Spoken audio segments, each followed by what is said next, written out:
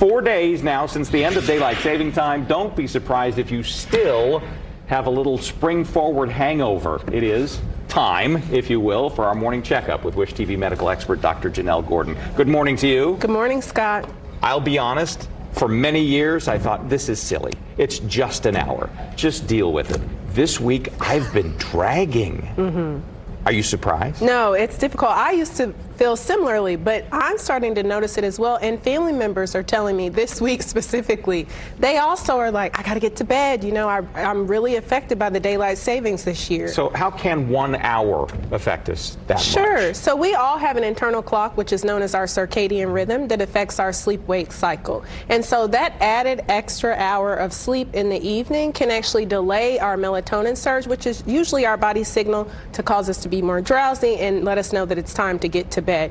Additionally, artificial indoor lights in the late hours, as well as light from devices, can have a similar effect. How does sleep and interruptions to it then affect our health? Are there risks that are associated with it? Yes, so when we're not getting restful sleep, that can lead to a host of medical issues. So it can affect our blood pressure. It's been known to have an increased risk of heart attacks during this time of year. Following daylight savings, it can affect metabolism. We can also see where people's mood changes. They have difficulty thinking, and also motor defects, which has also shown in studies to be an increased risk of car crashes during this time of year. All right, none of those are fun. Well, let's set the hours. And it really kind of breaks down by age group how much you should get in terms of sleep? Yes, so it does depend greatly. So for our newborns to around toddler age, we want children to be getting around 13 to 14 hours of sleep nightly. Our school-age children, including teens, need around 10 hours of sleep nightly, and most adults, I'd say, need around 7 to 9 hours of sleep.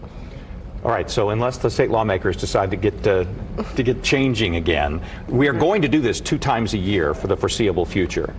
We missed this window.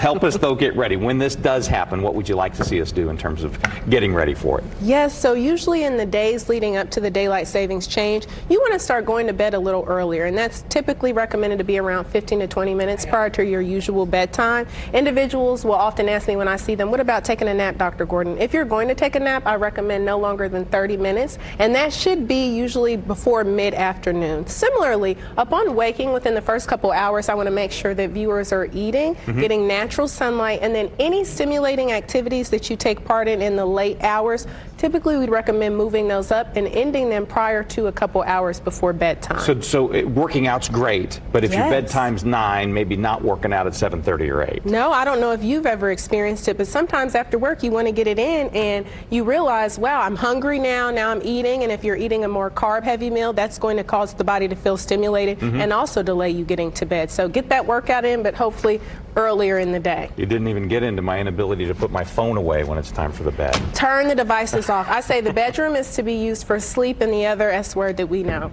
Yes? Well, I hadn't thought about that, but yeah, there's your morning checkup from Dr. Janelle Gordon, Wish TV's medical expert. I think Marcus just blushed. Wow. Those 2 S's only, yes. Soup. The other word is soup. Soup, that. And snacks. Snacks, right. Imagine just drinking a bowl of soup in bed. Anyway.